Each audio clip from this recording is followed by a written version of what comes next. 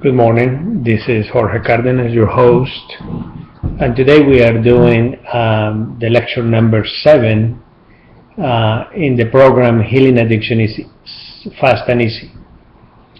And today I'm going to introduce a second force that has been acting upon you or been placed upon you in an inconsistent manner, but that you need to become aware because it's extremely important in order to affect the healing that you need.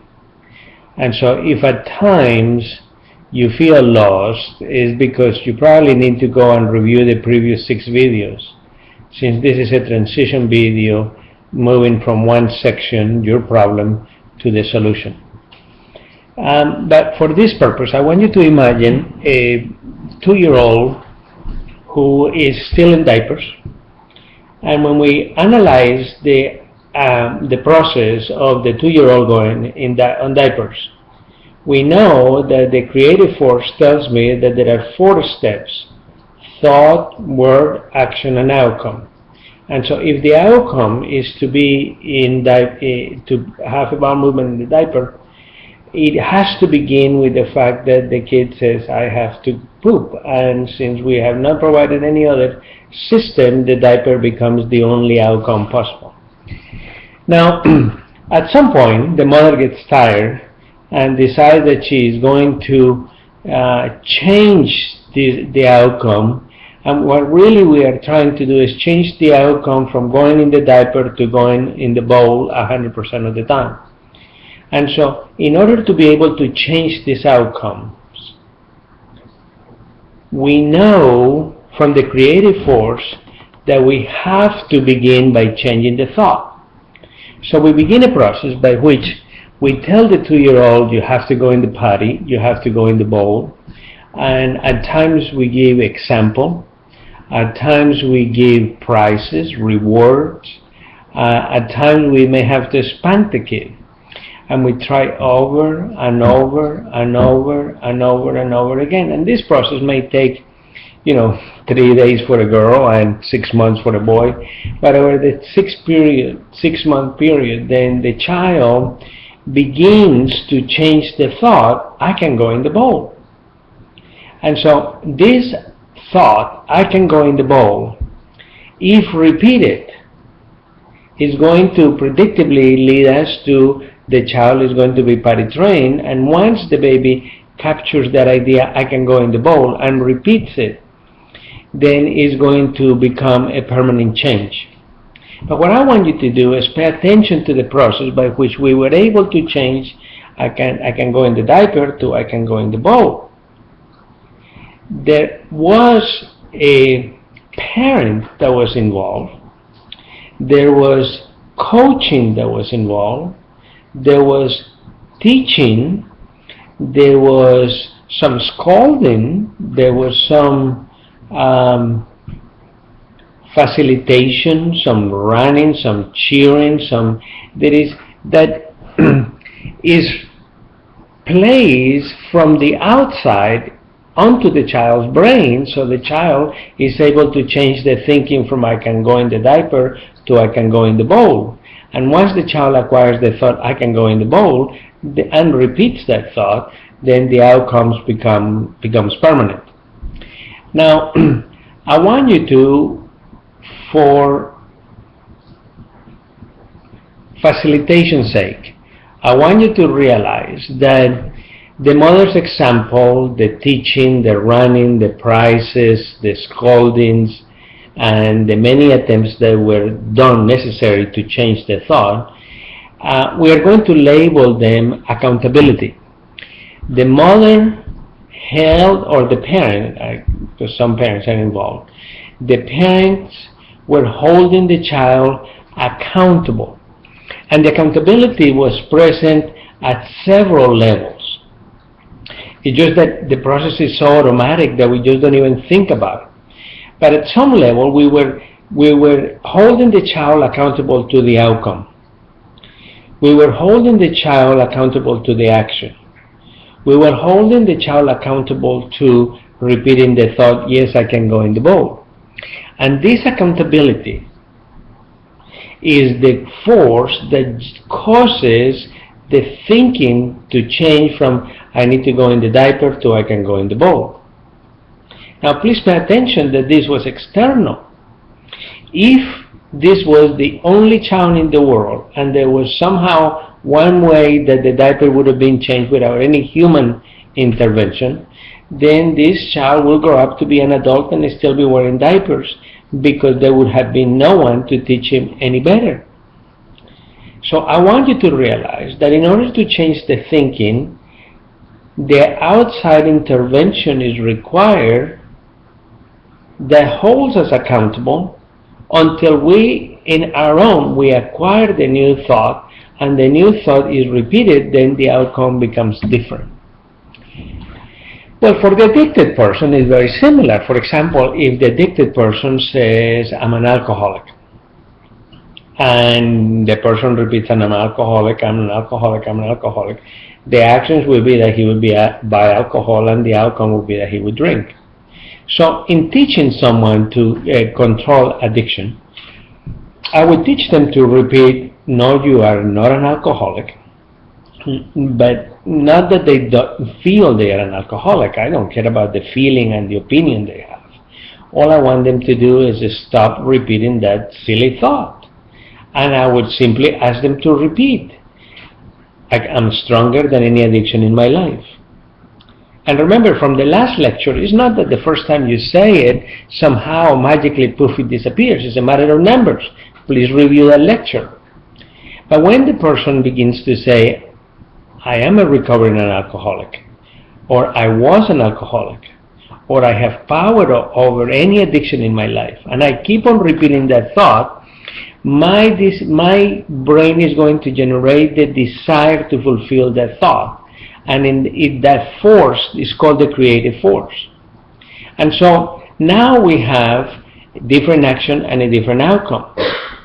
And so now that you know that there has to be an external force that can be provided by either God, a sponsor, in a meeting conditions. So now it's very simple to try to put it all together. And so their job or the changing of the thought requires an environment where thought change is taught.